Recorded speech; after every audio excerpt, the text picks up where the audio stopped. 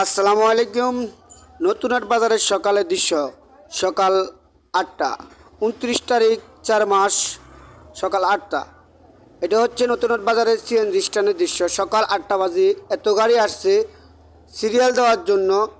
ড্রাইভারের ঘন্টার পর ঘন্টা বসে থাকে। হায় আল্লাহ, কত কষ্ট ড্রাইভারের কষ্টটা কেউ বুঝে না। শুধু সবাই চিন্তা করে আসলে তাগাদা করে মাইজে যাওয়ার জন্য, কিন্তু ড্রাইভাররা ঘন্টার পর ঘন্টা বসে থাকে।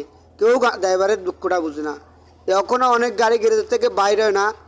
নতুন হাট সিএনজি স্ট্যান্ডে নর্মালি 70 থেকে 80টা গাড়ি আছে। অনেক গাড়ি এখনও বর্তমান গ্যারেজে আছে, কিন্তু ড্রাইভারদের কেউ সম্মান দেয় না।